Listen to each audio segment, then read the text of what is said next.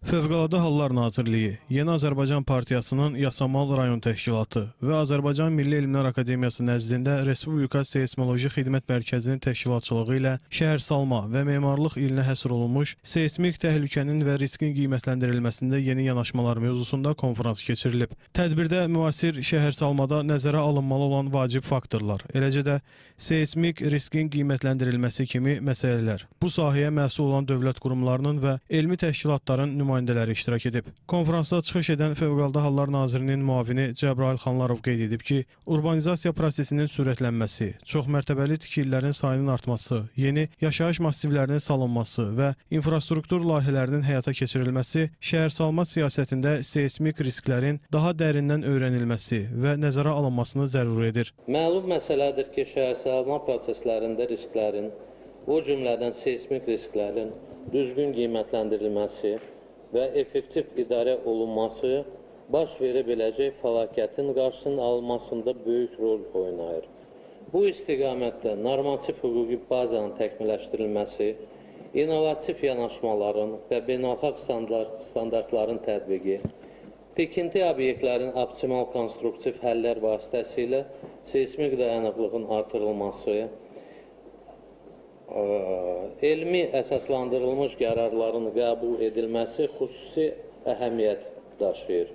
Seysmik təhlükə və seysmik risk anlayışları ölkə hüdudlarından asan və coğrafi bölgələri əhatə edən geniş anlam olduğundan seysmik risklərin idarə olunmasında region ölkələri arasında qarşılıqlı informasiya mübadilə mexanizmi təsis edilməsini və önəmli hesab edirik. Daha sonra çıxış edən Azərbaycan Milli Elmlər Akademiyasının müxbir üzvü, Respublika Seysmoloji Xidmət Mərkəzinin baş direktoru Professor Qurban Yetirmişli qeyd edib ki, Seysmoloji Xidmət Mərkəzi Oxford Universiteti ilə paleoseysmoloji tədqiqatlar aparır. Xəzər dənizində qeydə alınan zəlzələlər məsələsinə toxunan Qurban Yetirmişli bildirib ki, bu katastrofik deyil. O dərində olduğuna görə özü belə götürəndə orta güclü, yəni maqnitudası 5.3 olan Richter cədvəlindən bu zəlzələ ətrafda deməli o qırılma ki var. Bunlar həmişə göstərdim də, yəni o dərinlik qırılması, tektonik qırılma o boyunca burada parçalanma gedir.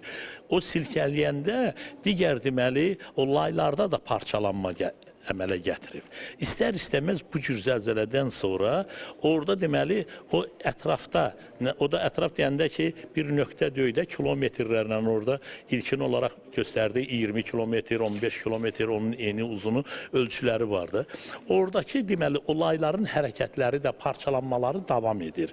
Ümumiyyətlə belə götürdükdə bu cür zəlzələlər bir də görürsən ki 6 ayla, 4 ayla, 5 ayla arada bir sakitlik olur, enerji toplanması gedir, sonra da ki o proses davam edir. Yəni ki elə bir o heç biri hiss olunan deyil bunlar. Mən sadaladığım deməli harısa 600-dən bəlkə də artıq 4-5 dənəsi onun magnitudası 3-dən yuxarı olandı, 4 olanı da var idi, 4 ondakı.